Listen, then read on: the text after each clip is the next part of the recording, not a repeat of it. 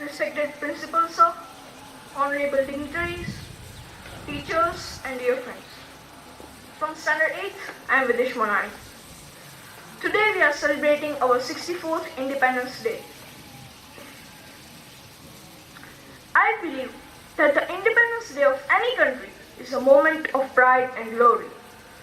On this special occasion, we all are gathered here to pay rich tributes to the freedom fighters who sacrificed their lives and fought to free our motherland from the clutches of the oppressors, the British who ruled the country. Incidentally, today is the birthday of Maharshi Arvind, who was a legendary freedom fighter. What is India? We can find that answer from a noted German Orientalist, Max Müller. If I were asked under what sky the human mind has most fully developed some of its choicest gifts, has most deeply pondered on the greatest problems of life, and has found solutions, I should point to India.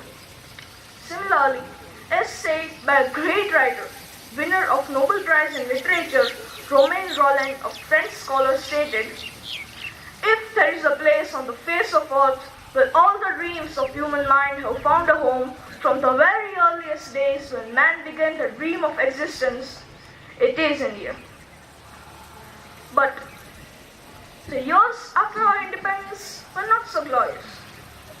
This is because we have forgotten the suggestions of our beloved Bapu and other great leaders. Friends, what do you feel? Is this the true independence? Are we, the citizens of this glorious country, have all the freedom? I feel the answer is no. I'm not telling about the freedom from law, but the liberty to live life at its fullest, truly believing the responsibilities. Even our government is not independent in its true sense.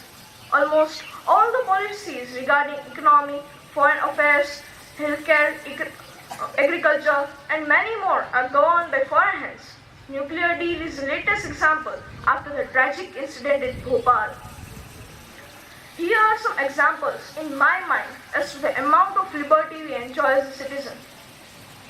In a democratic country, we Hindus are in a majority, but we are always under control of the so-called secular policies and reservations. Are we equal as citizens? The technological potential of our youth is tremendous, but they are never encouraged of taking brave steps. Our education system is based on the age-old Macaulay principle, where there was no provision of bringing out hidden talents.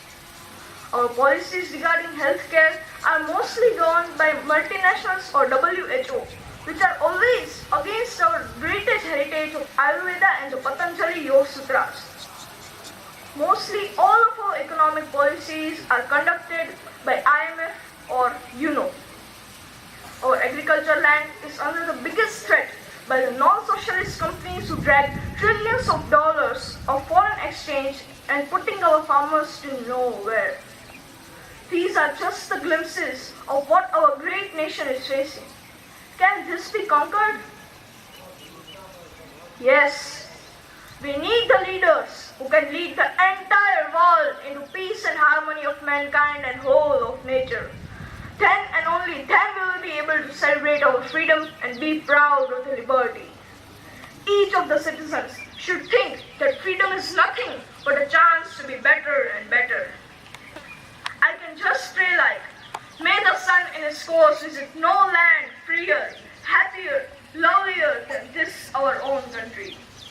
Lastly, I would like to share a few lines of the great poet Neeraj. अब तो मजहब को ऐसा भी बनाया जाए, अब तो मजहब को ऐसा भी बनाया जाए जिसमें इंसान को इंसान बनाया जाए।